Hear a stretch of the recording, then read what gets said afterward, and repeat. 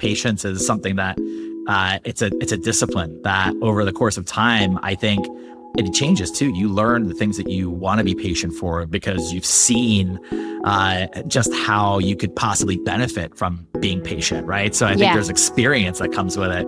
And there are things that you quickly learn you clearly don't have patience for. And there are things I learn every day what I don't have patience for. So it changes as you get older, for sure. Time is definitely an ingredient in that equation.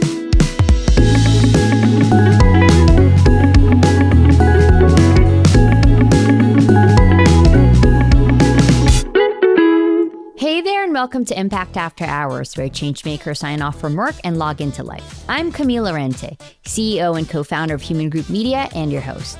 Today, I'm excited to find out what Alex Habib, head of sustainability communications at L'Oreal North America, is really like off-duty. Alex isn't your typical communications guy. Yes, he is an experienced corporate strategist who excels at shaping and communicating sustainability goals. But the corporate office or conference stage isn't where he feels most at home. It's actually behind a camera, surrounded by nature. So on today's episode, we're going to dig into that part of his life and see how it impacts the important work he does. Alex, welcome to the podcast. Thanks so much for having me, Camille. Sustainability communication and photography. Are there any parallels at all between those two?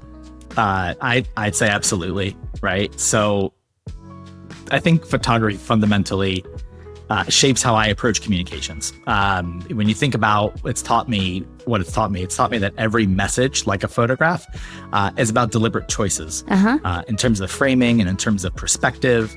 In photography, you learn that the same subject can actually tell a very completely different story depending on how you angle it, how you light it, what you choose to include or exclude from the frame. So that's largely what we do in communications. We're constantly making editorial decisions about how to frame a complex problem or issue. Which details do we need to highlight or not highlight? Yes. And how to really ultimately guide the audience's attention to what matters most. And do you feel that it's subjective, objective? I feel like whenever it comes to, photographs, art, people, that people have to consume visually. It could be a little bit more subjective.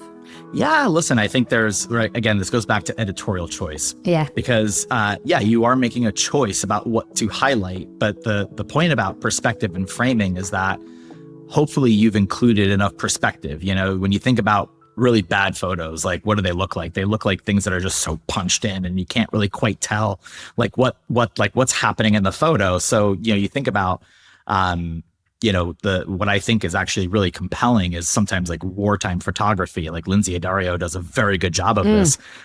She really kind of captures and she's a well-known photographer of these conflict and security issues. And I think, her work is pretty interesting to me. It's actually been inspired because it shows that you have to have a broader perspective. And how do you do that when you're only sort of like boxed in like this? How much further away do you have to create that distance from a subject in order to give the viewer the full perspective to either have them feel immersed in the moment or to have them understand what's really the subject of the photo. Did you ever feel like you could be a photojournalist? I've always said that, if I wasn't doing communications, I don't know that I could be a journalist properly, but I always said that I would want to be like attached with like a news crew. Wow. Capturing, I've always thought that it would be interesting to do, some sort of disaster coverage, because I think in those moments you really see human nature in a very particular way, in a very particular light. And it can be very inspiring, even in the midst of such chaos. Definitely. And meanwhile, photography can also be very relaxing, I assume, for people who are enthusiasts. We promised that we would try to replicate that in this show. And as we said in the intro, we would like to start off, Alex, with a lightning round of seemingly random questions. Are you ready to play with me? Totally. Let's do it. Texting, emoji or no emoji? Emoji. When you travel, are you an over planner or do you play it by ear? Oh, I used to be an over planner, and I've learned the beauty of playing it by ear. And I think I'm a lot more comfortable with playing it by ear now. What changed? Life. Yeah. I think, you begin to realize quickly, that some things are just out of your control. Yes. You didn't make a reservation. You couldn't get into this place. Uh-huh. Just let the beauty of wherever you're traveling, let the beauty take you. Yeah. I personally am an over planner, or I like to do my research before I go, travel somewhere, especially with my family. But I think there are some parts of like a vacation or like an itinerary that you could keep a little loose, just because I do think, admittedly, that's where some of the magic happens and those like core memories. So like you, I have loosened up. It hasn't been easy, but I think there's a payoff. Some of the best memories that I've had with my wife are parts of the trip that were completely unplanned. They were random. Yes. We popped in somewhere because it was raining, and it was some of the best meals. It was some of the best vibes, right? Like these things are, even sometimes, when a flight gets delayed and you're like, or canceled, and it's like, oh no, I got to stay here, in this town or this city. Like I'm trying to get home. All of a sudden I discover something new about the place I was just at, just by being in there just being there circumstantially. So yeah, on the flip side, something that you have set your mind to, or have had this vision around, that this is the restaurant, this is the like resort or place where you're gonna stay, and then it disappoints you, right? It can. Totally. So it's you have to mix it up a little bit, I would say. Yeah. Alex, what is your go-to karaoke song? Oh no. Oh no, good oh no, or bad oh no? Because you know what? I just had a thought the other day where I was like, I surprised myself with how much of the lyrics I knew, and I'm like, I would totally impress somebody I would totally impress a group, like just songs that you just unlock a memory like of like childhood or your teenage years. It was such a strange, I like to think it was always Backstreet Boys. That's like, there's just such iconic, verses and ballads. But then lo and behold, it was more 90s and, early aughts pop. So yeah. You know what I think you were trying to do, Alex? You were going for a crowd pleaser. I was. I've been told I'm a people pleaser, not the good way, So it's funny because I'm Filipino. Filipinos love to sing. Filipinos love karaoke. It's like a favorite pastime, and actually, it does help. I've seen some people have like a list of songs that are like are probably on their notes app or something, like ready to go. They're ready to whip it out whenever they're in these places, like they get invited to a karaoke bar or something, and it's like there's the ballads, there's the crowd pleasers, there's the I can sing this very well. Yeah. That's a level of preparation I'm not at. I'm not there. Just mentally, you're trying to get there. Yes. Yeah. Fantastic. Okay, what is the best sandwich for you? Ooh, best sandwich. It's always, so I'm a big hot sandwich person. I like toasted or like a lot of texture. So it's hot, cold, crunch, soft, cream. Like, I don't believe that you like need to unhinge your jaw to enjoy a sandwich. I don't like those where it's like they tell you it's a sandwich, but you need to eat it with a fork and knife because it's just so you don't want that. No, but I do think for me it's very balanced in terms of texture. Yes. And in terms of you're right, like flavors, like it could be sweet, but I also want it to be spicy. Like I love dualities in my sandwiches. I am not a sandwich person, but I am totally with you on whether it has all the depth of flavor. Sorry, I'm gonna sound so I don't know what you might call me, but it's like it can be dry. Like it can't be dry. Yeah, it doesn't seem like you've had the magical sandwich yet that turned you into the sandwich person. Yes. You're just like, you could be a take it or leave it sandwich person. I get it. Yeah. So, okay, we will, maybe after this interview, you might remember, or, Yeah, no. We'll make some recommendations. We're going to turn you into a sandwich person. Oh my gosh, I can't wait to be converted. Alex, rank these 4 activities from must do to I'll pass on that. Bowling, mini golf, axe throwing, go-karting. I guess I could start at the bottom. I'm gonna leave it on bowling.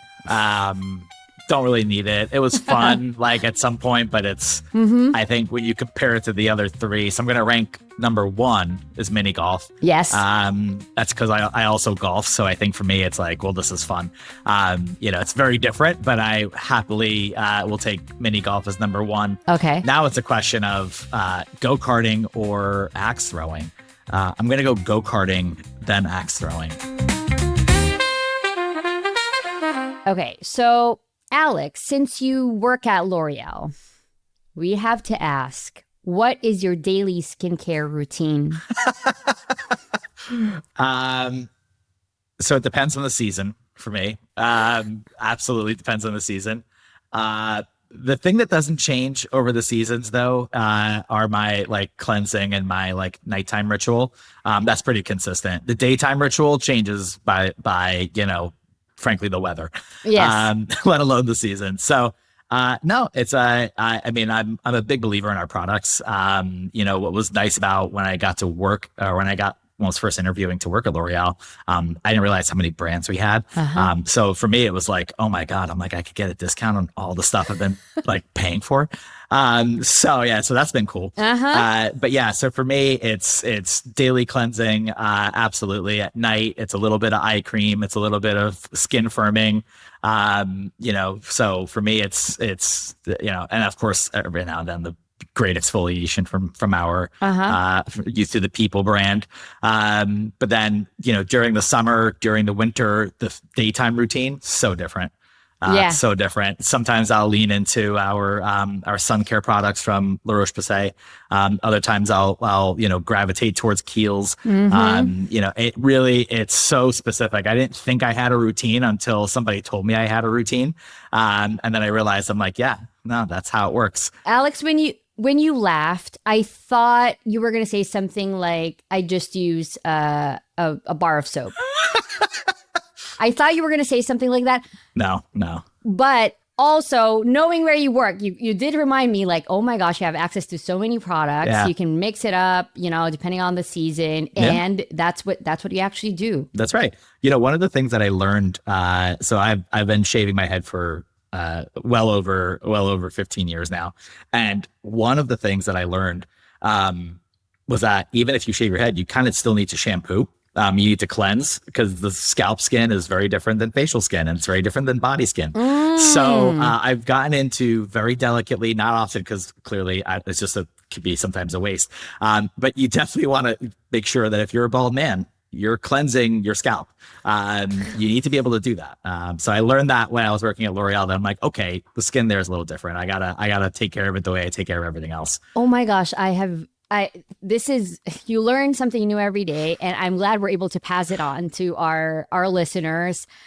That is great advice. But also, the best routine is the routine that works for you. Yeah. And I think that's I as somebody who's not a very heavy personal care and beauty user, the reality is I really resonate with that, because in the end, the best routine is the one that I can stick to. The best routine is the one that honestly I can feel and experience the results of. So I'd be lying if I said that I always had a perfect routine coming into it. I think being at L'Oreal, you learn very quickly that having a routine can be pretty accessible if you look in the right places for it. What is something you wish you could tell your 18-year-old self? To be patient. My mom always jokes that, I was always an impatient kid. But I do think often about what does it mean to be patient, and what is worth being patient for or over. So I think, I wish I had the full breadth of things that, could be irritating in life, or what to anticipate, or what's not worth losing patience over. It's more like really, truly understanding the philosophy of patience. I think we've never asked this question before with any of our guests. And so that got me to thinking like, yeah, right? Like when you get older, like, are you just a little bit more hung up on so many things? Or maybe you kind of get rid of that sort of attitude as you grow up? Yeah, I am. Not to bring it back to the first question about photography, but, I think for me, it is about what do you have the patience to shoot? What do you have the patience to communicate? What do you have the patience to actually like do something with that time? I think about like some of my favorite photos. Sometimes they're photos that I've literally spent maybe 20 minutes trying to take. Right. And that's because I'm trying to get something correct in terms of timing, in terms of the lighting, in terms of the sharpness of the image, and there's something I'm trying to do with it. Yeah. And so I think said another way, for me, patience is something that it's a discipline that over the course of time, I think it changes too. You learn the things that you want to be patient for because you've seen just how you could possibly benefit from being patient, right? So I think there's experience that comes with it. And there are things that you quickly learn you clearly don't have patience for. And there are things I learn every day what I don't have patience for. So it changes as you get older, for sure. Time is definitely an ingredient in that equation. Definitely. If you can download a skill like in the Matrix, what skill would that be? Oh my God. I think it would be to read faster. To read faster? Yeah. I love to read. But part of what, again, back to patience, is that sometimes I'll get really ambitious. I'm like, oh man, I'm going to read this like 1,000-page book about germs. And it's like, yeah, right. But then I'll lose steam maybe like 25% of the way there. And that's because I think my pace of reading is just so slow. I'm such a deliberate reader. I'm there with a pencil. I'm like highlighting it. I'm like studying. I'm like, almost like I wish I could download like a quicker reading skill. But is this specific to like more academic? So I don't read a lot of fiction. You don't read a lot of fiction. I don't read a lot of fiction. I read a lot of nonfiction. I feel like for me, other visual mediums do such a good job of entertaining. So for me, like my format of entertainment is very visual. It's not something I read. So I reserve reading for like, the newspaper, I like nonfiction books, biographies, right? Like I'll read very dense material. That's a great segue to our next question. As an avid news reader, how do you keep a positive attitude knowing, with everything that's going on in the world? The one thing I've done that I think has actually helped my mood and mental health when it comes to news is I've actually tuned out cable news. 24/7 news is truly, I think it's unnecessary. I don't think we need to be inundated with the 5 o'clock, 6 o'clock, 7 o'clock, 8 o'clock news blocks of breaking news. And it's literally the same news. I know we think that news breaks frequently and often, and it does, but what broke between 5 o'clock and 10 o'clock, not a whole lot more sometimes. Right. And I think in that case, for me, I try to make a very deliberate effort to read my news. Right. Because to me, it's a lot more deliberate. It's a lot slower. You might see that movement, like just the slow movement of everything, where it's like, I don't need to be, push notifications on my phone are off when it comes to news, because I don't need to know that something just happened. I need to know what it means. I need to know what it means in context. I need to know like a little bit more. So I like when time passes because more perspective is developed. An actual opinion that's worth listening to is formed. And I think in that case, it's absolutely worth cultivating a bit of a slow news digesting system. With the rise of like Medium and Substack and these forums, I think it doesn't hurt. Like, yes, curate your feed in a way that like feels balanced to you. So this has been kind of a media centric part of the conversation. We want to know what your go-to after hours media is. So if we could table the news Alex, for this last question. Sure. What have you been reading, watching, or listening to lately? So I'm fascinated by what's happening in the podcast world. Okay. Yourself included. But I think one of the podcasts I've been listening to has been Hasan Minhaj's. Hasan Minhaj doesn't know. I think it's been really fun, right? Because you get to hear him sort of just like interview people and have dialogue about subjects, but very much in that kind of like Daily Show fashion where it's comedic. Yes. It's a little absurdist, but at the same time, it's also like serious. Mm-hmm. And then, of course, at the end of the day, like, what's my after hours media? Honestly, I love comedy. You love comedy. I love stand up. I think who have you been following? Yeah, I love Roy Wood Jr. He's just such a gem. Yeah. He's been one of my favorite comedians for a while when he was on the Daily Show. But a lot of what the Daily Show I think has done that's super interesting is that it's kind of like put out a lot of really smart comedians. Like there's just so many of them that have independent careers now that I'm like, they're worth following. Yes. Like Jordan Klepper's another one. Yes.